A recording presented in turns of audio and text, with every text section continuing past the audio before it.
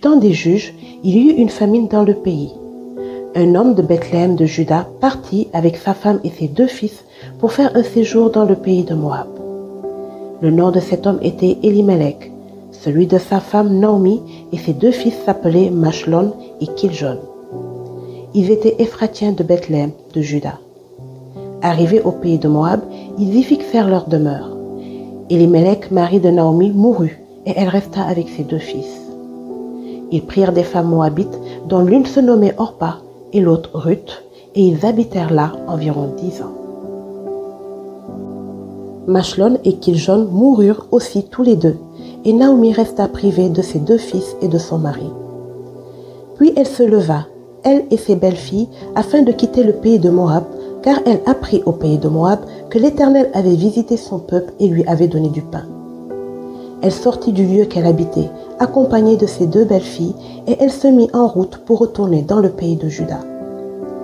Naomi dit alors à ses 2 belles-filles, « Allez, retournez chacune à la maison de sa mère, que l'Éternel use de bonté envers vous, comme vous l'avez fait envers ceux qui sont morts et envers moi. Que l'Éternel vous fasse trouver à chacune du repos dans la maison d'un mari. » Elle les baisa. Elles élevèrent la voix et pleurèrent, et elles lui dirent, « Non, nous irons avec toi vers ton peuple. » Naomi dit, « Retournez mes filles, pourquoi viendrez-vous avec moi? Ai-je encore dans mon sein des fils qui puissent devenir vos maris? Retournez mes filles, allez. Je suis trop vieille pour me remarier, et quand je dirai « j'ai de l'espérance », quand cette nuit même je serai avec un mari et que j'enfanterai des fils, attendriez-vous pour cela qu'ils eussent grandi? Refuseriez-vous pour cela de vous marier? Non, mes filles, car à cause de vous je suis dans une grande affliction, de ce que la main de l'Éternel s'est étendue contre moi. » Et elles élevèrent la voix et pleurèrent encore. Orpa baisa sa belle-mère, mais Ruth s'attacha à elle. Naomi dit à Ruth, « Voici, ta belle-sœur est retournée vers son peuple et vers ses dieux. Retourne comme ta belle-sœur. » Ruth répondit, « Ne me presse pas de te laisser, de retourner loin de toi. Où tu iras, j'irai. Où tu demeureras, je demeurerai. Ton peuple sera mon peuple et ton Dieu sera mon Dieu.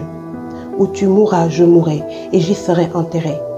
Que l'Éternel me traite dans toute sa rigueur si autre chose que la mort vient me séparer de toi. » Naomi, la voyant décidée à aller avec elle, cessa ses instances. Elles firent ensemble le voyage jusqu'à leur arrivée à Bethléem. Et lorsqu'elles entrèrent dans Bethléem, toute la ville fut émue à cause d'elles, et les femmes disaient, « Est-ce là Naomi ?» Elle leur dit, « Ne m'appelez pas Naomi, appelez-moi Mara, car le Tout-Puissant m'a rempli d'amertume. J'étais dans l'abondance à mon départ, et l'Éternel me ramène les mains vides. Pourquoi m'appelleriez-vous Naomi, après que l'Éternel s'est prononcé contre moi et que le Tout-Puissant m'a affligée ?» Ainsi revinrent du pays de Moab Naomi et sa belle-fille Ruth, la Moabite. Elles arrivèrent à Bethléem au commencement de la moisson des orges. Naomi avait un parent de son mari.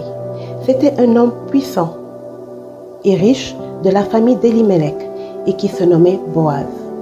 Ruth, la Moabite, dit à Naomi, « Laisse-moi, je te prie, aller glaner des épis dans le champ de celui aux yeux duquel je trouverai grâce. » Elle lui répondit, « Va, ma fille. » Elle alla glaner dans un champ derrière les moissonneurs. Et il se trouva par hasard que la pièce de terre appartenait à Boaz qui était de la famille d'Elimelech. Et voici, Boaz vint de Bethléem et il dit aux moissonneurs, « Que l'Éternel soit avec vous. » Ils lui répondirent, « Que l'Éternel te bénisse. » Et Boaz dit à son serviteur chargé de surveiller les moissonneurs, « À qui est cette jeune femme ?» Le serviteur chargé de surveiller les moissonneurs répondit, « C'est une jeune femme moabite qui est revenue avec Naomi du pays de Moab. Elle a dit, « Permettez-moi de glaner et de ramasser des épis entre les gerbes derrière les moissonneurs. » Et depuis ce matin qu'elle est venue, elle a été debout jusqu'à présent et ne s'est reposée qu'un moment dans la maison. Boaz dit à Ruth, « Écoute ma fille, ne va pas glaner dans un autre champ, ne t'éloigne pas d'ici et reste avec mes servantes. Regarde où l'on moissonne dans le champ et va après elle. J'ai défendu à mes serviteurs de te toucher, et quand tu auras soif, tu iras au vase et tu boiras de ce que les serviteurs auront puisé. » Alors elle tomba sur sa face et se prosterna contre terre et elle lui dit, « comment ai-je trouvé grâce à tes yeux pour que tu t'intéresses à moi qui suis une étrangère? Boaz lui répondit, on m'a rapporté tout ce que tu as fait pour ta belle-mère depuis la mort de ton mari et comment tu as quitté ton père et ta mère et le pays de ta naissance pour aller vers un peuple que tu ne connaissais point auparavant. Que l'Éternel te rende ce que tu as fait et que ta récompense soit entière de la part de l'Éternel, le Dieu d'Israël, sous les ailes duquel tu es venu te réfugier. Elle dit, oh, que je trouve grâce à tes yeux, mon Seigneur, car tu m'as consolée et tu as parlé au cœur de ta servante. Et pourtant, je ne suis pas, moi, comme l'une de tes servantes. Au moment du repas, Boaz dit à Ruth, approche, mange du pain et trempe ton morceau dans le vinaigre. Elle s'assit à côté des moissonneurs. On lui donna du grain rôti, elle mangea et se rassasia, et elle garda le reste. Puis elle se leva pour glaner. Boaz donna cet ordre à ses serviteurs. Qu'elle glane aussi entre les gerbes, et ne l'inquiétez pas. Et même vous ôterez pour elle des gerbes quelques épis que vous la laisserez glaner sans lui faire de reproche. Elle glana dans le champ jusqu'au soir, et elle battit ce qu'elle avait glané. Il y eut environ un épha d'orge. Elle l'emporta et rentra dans la ville, et sa belle-mère vit ce qu'elle avait glané. Elle sortit aussi les restes de son repas et les lui donna. Sa belle-mère lui dit, « Où as-tu glané aujourd'hui et où as-tu travaillé? Béni soit celui qui s'est intéressé à toi. » Et Ruth fit connaître à sa belle-mère chez qui elle avait travaillé. « L'homme chez qui j'ai travaillé aujourd'hui, dit-elle, s'appelle Boaz. » Naomi dit à sa belle-fille, « Qu'il soit béni de l'Éternel, qui se montre miséricordieux pour les vivants, comme il le fut pour ceux qui sont morts. Cet homme est notre parent, lui dit encore Naomi. Il est de ceux qui ont sur nous droit de rachat. » Ruth, la Moabite, ajouta, « Il m'a dit aussi, reste avec mes serviteurs jusqu'à ce qu'ils aient achevé toute ma moisson. » Et Naomi dit à Ruth, sa belle-fille, « Il est bon, ma fille, que tu sortes avec ses servantes et qu'on ne te rencontre pas dans un autre champ. » Elle resta donc avec les servantes de Boaz pour glaner jusqu'à la fin de la moisson des orges et de la moisson du froment. Et elle demeurait avec sa belle-mère. Naomi, sa belle-mère, lui dit, « Ma fille, je voudrais assurer ton repos et que tu fusses heureuse. Et maintenant, Boaz, avec les servantes duquel tu as été, n'est-il pas notre parent? Voici, ils doivent vanner cette nuit les orges qui sont dans l'air. Lève-toi et oins-toi, puis remets tes habits et descends à l'air. Tu ne te feras pas connaître à lui jusqu'à ce qu'il ait achevé de manger et de boire. Et quand il ira se coucher, observe le lieu où il se couche. Ensuite, va, découvre ses pieds et couche-toi. Il te dira lui-même ce que tu as à faire. » Elle lui répondit, « Je ferai tout ce que tu as dit. » Elle descendit à l'air et fit tout ce qu'avait ordonné sa belle-mère. Boaz mangea et but, et son cœur était joyeux. Il alla se coucher à l'extrémité d'un tas de gerbes.